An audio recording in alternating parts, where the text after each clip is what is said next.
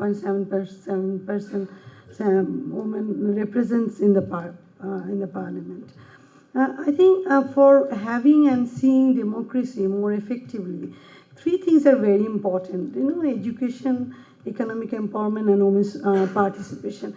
And education, I always say, and literacy is not the same thing. You might have illiterate people, but if you can educate and give them awareness of rights and duties and opportunities, they can come and contribute to have a more democratic nation. When I was forming the Women's Chamber of Commerce, there was resistance.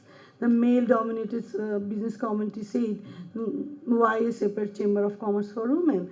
And we said, why not? And to say that voice, that why not, that actually helps to have a democratic nation. Or when there is democracy, you can ask for that opportunity or having that rights. Because for entrepreneurship development, rights and opportunities are very important for a democratic nation.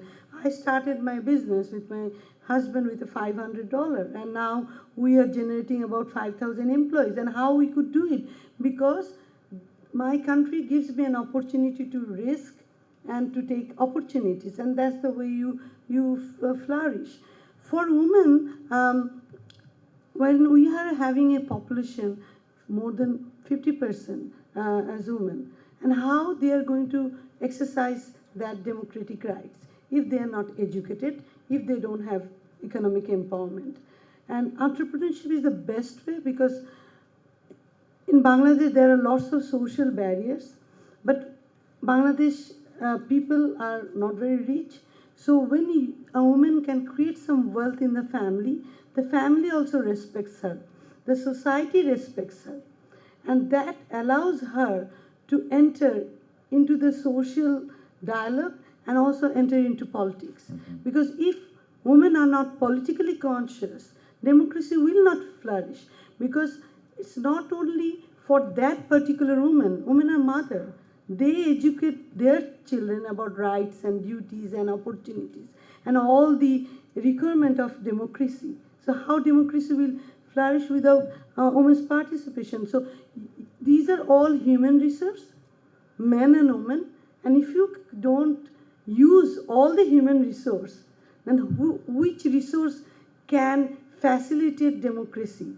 Because ultimately you have to facilitate democracy. So democracy facilitate entrepreneurship, and entrepreneurship also facilitate democracy. Thank you, Selima. I think that's a very good way of putting it. It's something that we talk a lot about at SIPE. If a country isn't mobilizing 100% of its resources, both on the political side and on the economic side, then it's not achieving its full potential. So, clearly if 50% of the population is excluded from full political and economic participation, then the country isn't flourishing. And I like sort of I jotted down a couple of notes here. I like your formulation that the way that democracy afforded you personally in your business the opportunity to take risks and take advantage of opportunities and then succeed. And I think we would all agree that's really the essence of what it means to work in a democratic society. Can I just say one little word? Because we have seen military government. We have also elected government elected by the people. When we had military government, as a private sector person, we always had a fear of our existence, because then because it was a fear of my enterprise might shut down, because it is a will of a certain single person or a certain group. But in democracy, none can shut up your business. There can be hurdles. There can be, sort of a corruption-related issues, having a lack of level playing field issues, but none can shut your enterprise.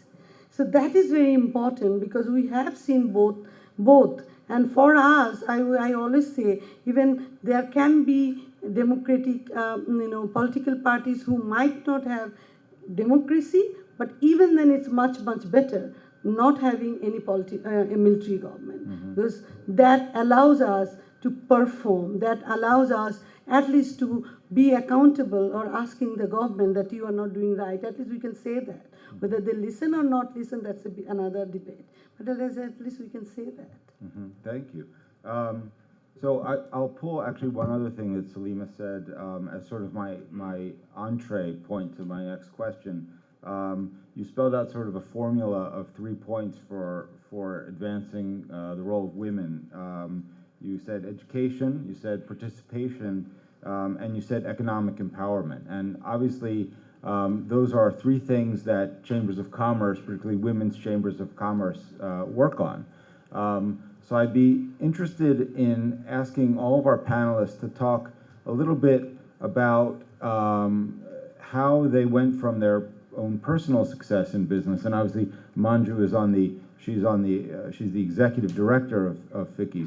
So we have people here who've actually started businesses, and Manju works on the staff side, which is a little bit of what they call inside baseball in chamber world. But for those of you who are working in your own businesses, what were the motivating factors that you had in deciding to go from your own personal business interests to start civil society organizations to give back to other women? And how do you see the role of your own chambers and associations in helping other women in your country achieve the kind of success that you have in moving up the value chain from micro-enterprise to SME to the corporate world? Let's start with you, Rifa.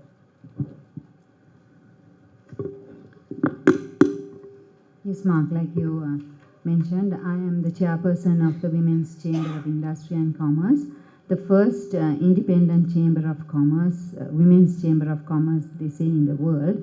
It was established in 1985, 30 years ago. We have been in operation for 30 years.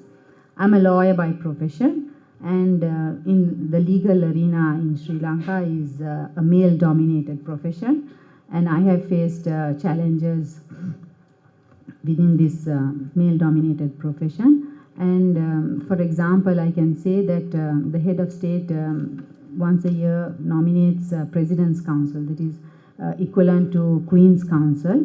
And there have been a number of male President's Council being nominated, eminent council. And there has been only one, so far only one female President's Council, and she too is single. So as a result, the challenges are quite clear. I don't have to explain. I have been a junior counsel to a senior counsel for over a decade. I gained experience and started up my own consultancy, and thereafter I have been invited onto a number of boards as legal consultant. During my period, I had the opportunity of working with women of all strata in life, and while helping them to overcome their issues socially, economically, and legally, I have been able to direct them, and the Women's Chamber has become a platform and a forum for them to overcome these issues, and especially in the area of empowerment of women. Thank you. Srimama, why don't you pick that one up? Yeah. Thank you, Marc. As I discussed earlier also, that forming a women chamber was a dire need at that point. But why we felt that need was because I myself was in a business, and I was in this business which was totally non-traditional business. It was food manufacturing, and stepping out at that time was a tough thing. So the experiences that I had, I realized that lots of opportunities lying there. And the biggest untapped reservoir of capabilities and talents is women, the 50%, which is untapped. And it was lying there. So they needed to be brought forward. Now, why were they not stepping out? Was because the environment was not conducive. They were not seeing any examples in front of them. Those who had stepped out did not make great successes. So I realized that this is the time to now, wherever I've reached, luck has been with me and my persistence was with me, but it was time to have more women gotten together at one platform and make the environment so conducive that rest of this untapped talent also comes out. So that's where I decided that we should have all the women together and make a chamber, which will then have a voice also. So was this your question, Marc, about how it moved on? Srimama was very modest, but yes, of course, that was my question. It was a beautiful answer to my question. Thank you very much. Rita, please tell us a little bit about FWEEN and you know, what was the motivating factor behind the creation of FWEEN and you know, how you came about this moment to take your own personal business success and expand it out to the next level. It's tough being an entrepreneur, let me tell you that. And being a woman entrepreneur is even more tougher. It's a challenge. Like our previous panelists have already said, having to take social, economic, all types of challenges when women have to come out of their house. And when we start a business, from my experience, what I felt was like you have to take opportunities when they are there. If I give my own example, I can say that when I saw an advertisement in a paper asking for craft people to come ahead for a 3-year training, it mentioned 3 years of experience. I applied. I had just 1 month of experience. And they came to check. I said, and I showed them the empty room where the machines were supposed to come and had not yet arrived. And then again, I went to show them the other room where we just had 2 workers and my partners trying to figure out how to do things. And then they said, we had mentioned 3 years of experience. I said, yes, but I need your help right now. If you cannot give me that help right now, maybe after 3 years, I don't need your help. So I got chosen. So it just shows that women need to take the opportunities. Sometimes what is written alone is not enough. Take the advantage. And in the process of working, I came across a lot of women who had similar thoughts, like we had difficulties when starting a business. How can we help others who are less fortunate? And let's get together. And the main reason for forming FWEEN, Federation of Women Entrepreneurs Association, was also to have a collective voice.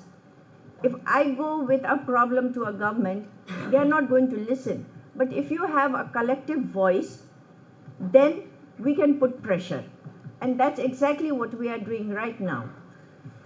And so it's always about, and when you, Marc, you also said like how we can move from smaller to bigger businesses. What we've always been discussing with the government is, yes, we need to train, to give certain facilities to women, but let's not put all the women in the same basket, because the needs may be different. For sustainable, for micro level sustainability, that's a different level. Then there's already an SME, smaller businesses who want to grow. Their needs may be similar, finance, marketing, etc. But it will be at a different level. Similarly, there are women who want to venture out into bigger businesses. They will need more money, a different type of technology, new information. So we should have programs, and that is what I feel all the NGOs concerned, donor agencies, everybody, they should try not to put all the, whenever we talk of women, especially in Nepal, it's always woman, backward community, disabled. Why are we always labeled in that line? Why can't we say woman in business? Thank you, Rita. I think I think that's a very interesting point. Srimama has some thoughts on that too. Yes, yeah, thank you. This was how to scale up your business is also very important, and at the same time, those who are already in the business, they should be their business should be sustainable. It should not die down. So we also believe that for scaling up of business for women, they must have enough capacity. So the capacity building is very, very important, and that's what we are already working on with help of SIPE also, I must admit that. So capacity building of these women when it comes to their business planning, because business planning is very important. Your business might shut down if it is not planned properly. So importance of business planning is very important. It is inculcated in the minds of the women right from the beginning. And then for this business to grow, we have to have access to finance also. Now this access to finance is again, women are bank shy. When it comes to women business, they're bank shy. So we are making this these operations easy for women also, asking banks to have one window operations and special policies as well. And then when they do this, then we have to have an umbrella of mentorship on top of them. And that is again a role that is played by the chambers and already successful business people who come and do the hand-holding part of it. Thank you. Thank you. I think there's some important themes there that I think we'll pick up on again in my third question. Manju, talk to us a little bit about the work that FLOW, Vicky Ladies Organization, does in terms of helping women to scale up their enterprises. The FICCI Ladies Organization is made up of 4,000 entrepreneurs pan-India. So we are in the north, south, east, west of our country. So we are down up to Coimbatore and in Guwahati, which is northeast. And we are in Ludhiana and we are in Ahmedabad and all. So we are into 16, we have 16 chapters as of now. So we are into the two-tier cities as also in the metros. So our thing is that empowerment does not have to happen only in metros. Each state has a different requirement. So we work through our chapters over there. But what cuts across is we do it in 3 ways. We look at what members require. Then we tell them about the money requirement, because when you need to scale up, you need to have money also to scale up. And third is capacity building programs and professional programs through entrepreneur development. And this is what we have been doing very successfully. But these programs are separate for the grassroots level and the mid-level and the top level. What we do is we recognize the women by giving them capacity building and skill training also.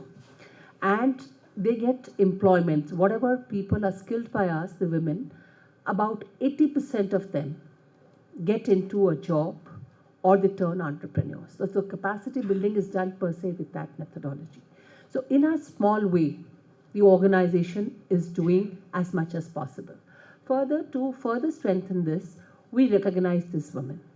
So we do it in that particular state, and we also do it at the national level. And we put together stories of 150 successful women entrepreneurs from the rural areas, not from the urban areas. They're actually rural areas against all odds. They may have had domestic violence.